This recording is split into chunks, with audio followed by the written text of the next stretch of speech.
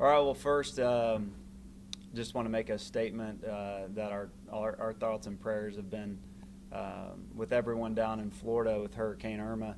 We have over 20 players from the state of Florida, so it's been on a lot of people's minds, and we've been, constant contact with our players and making sure that their families are okay, and we're prepared. And a lot of them, several families were up here for the games, and they're actually still here. So we were able to get a little bit of relief from the NCAA to see what we can do as far as helping them out while they're still here and have to stay in hotels, and their flights got delayed. So we got 3 families that are still here and will be here most of the week until they can get back in Florida. So, but it's been good, and I appreciate some of the things that we're able to do to take care of those families, because I know it's a lot on a lot of our players' minds. So that was good.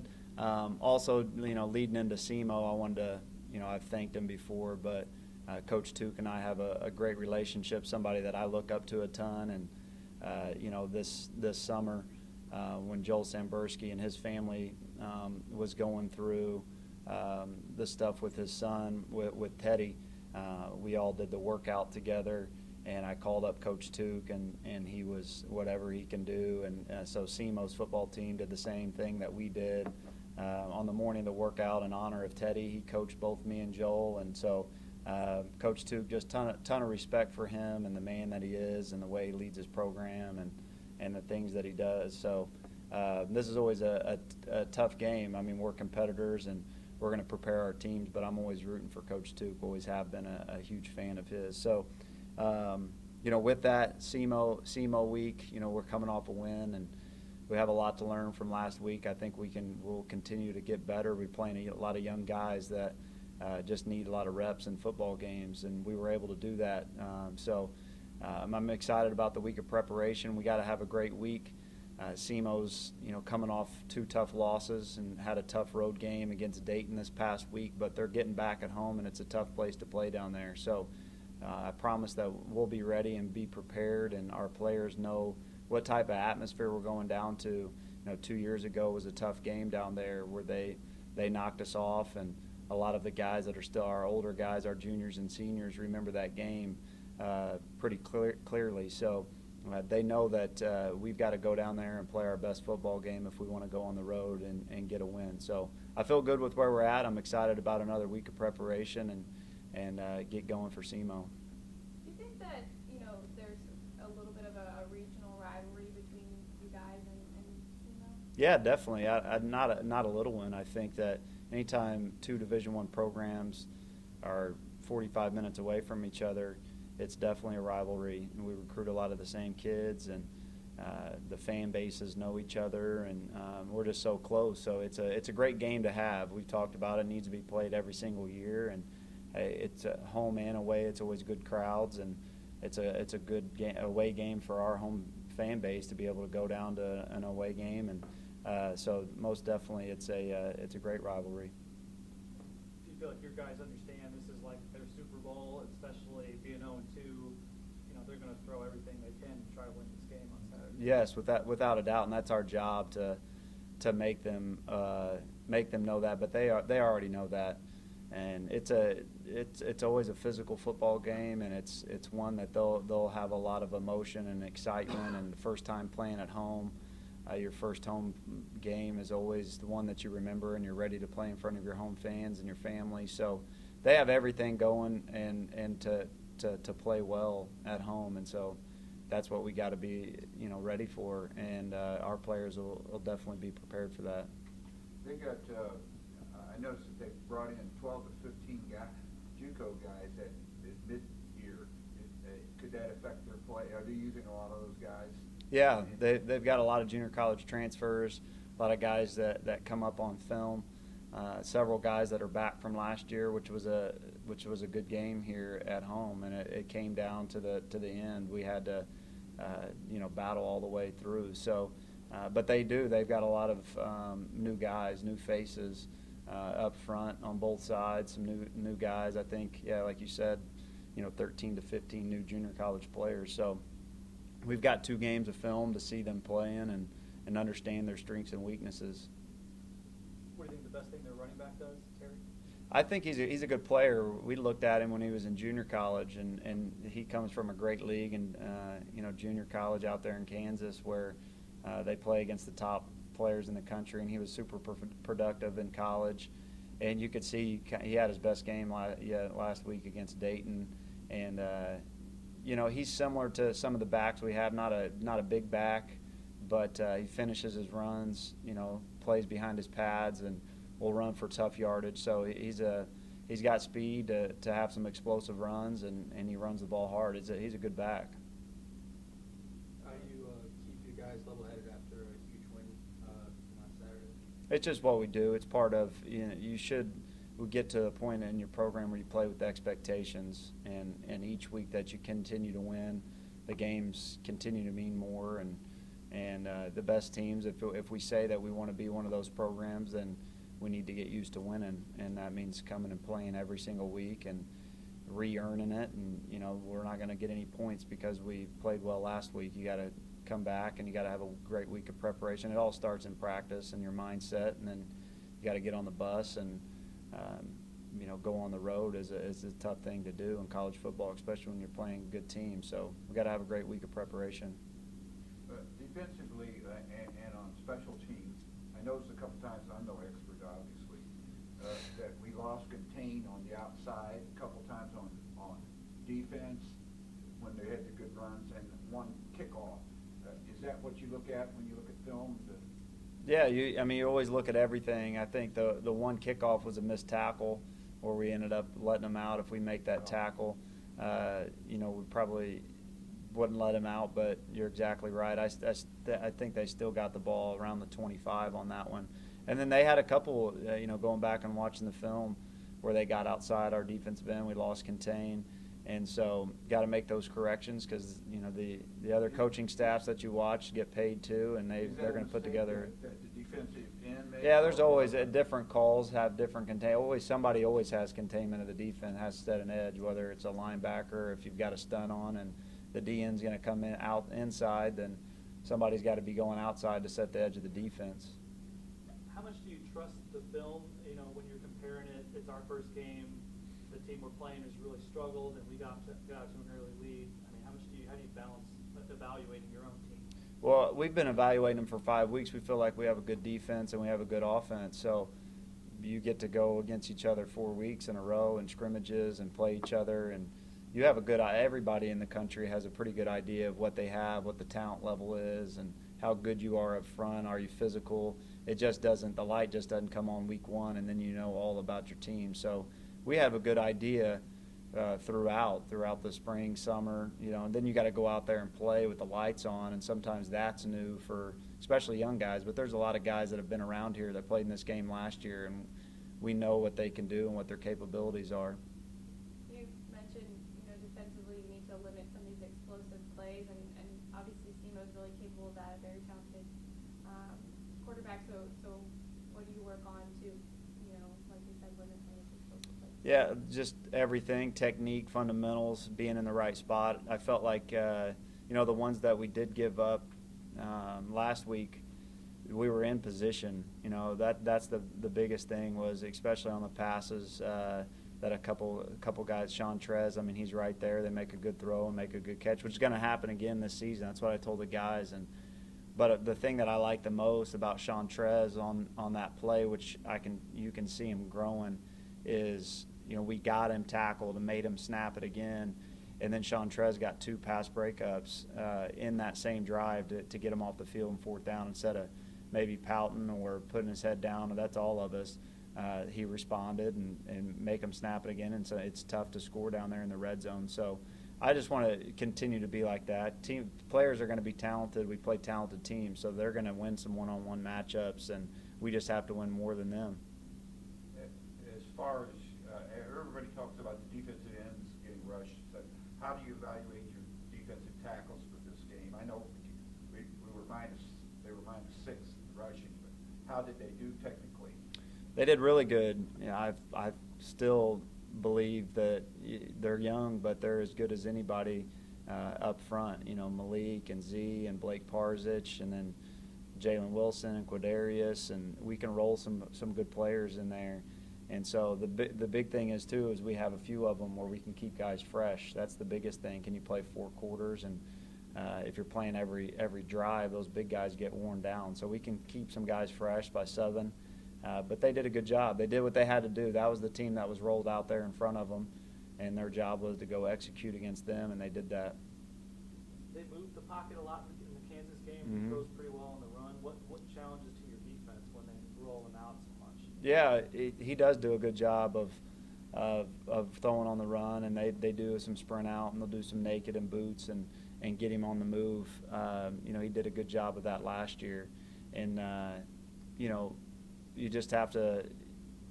Anytime you roll out, usually it's a half field read or even a quarter field read where you're trying to flood the boundary or you're trying to throw a comeback, and so he just does a good job. You usually got to have accuracy when you're rolling out, and that's what some people worry about. If guys aren't good at throwing on the move, obviously you're not going to call that for your quarterback, but he does a nice job of that.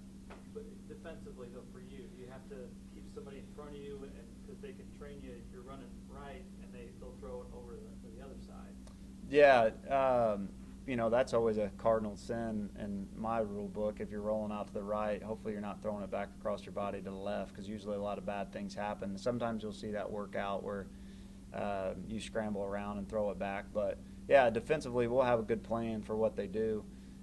We'll also know that and talk to our team all the time is teams are going to go back and see what they've struggled with and put something new in. We do it every week too, new formation, new wrinkle, new play that we haven't seen. That's the beauty about college football is you got to react. You got to see it. You got to get lined up, and there's no timeouts or, hey, let's see this again like practice. You just have to do it, and they'll do that too. That's what I said is they got a great coaching staff, and they'll figure out ways to continue to learn. A lot of new players, and they're just figuring out what they do best and how to get them the ball, and they got a couple receivers that are coming on. And so defensively we're going to have an answer for all of that. We do what we do, and we're going to let our guys play. And like I said, a lot of times, especially when you're a man-to-man defense, you got to win one-on-one matchups. You guys were able to establish the run game early on Saturday. What impact are you hoping or expecting the run game to have on Saturday? I think it's important for us for the success of our season. Every game is to establish the run. Doesn't matter what offense you do, whether you're spreading it out or you're using 2 tight ends or a fullback. Everybody's trying to run the football. It just opens everything up. You can throw the ball better if you're running it. You can play action pass.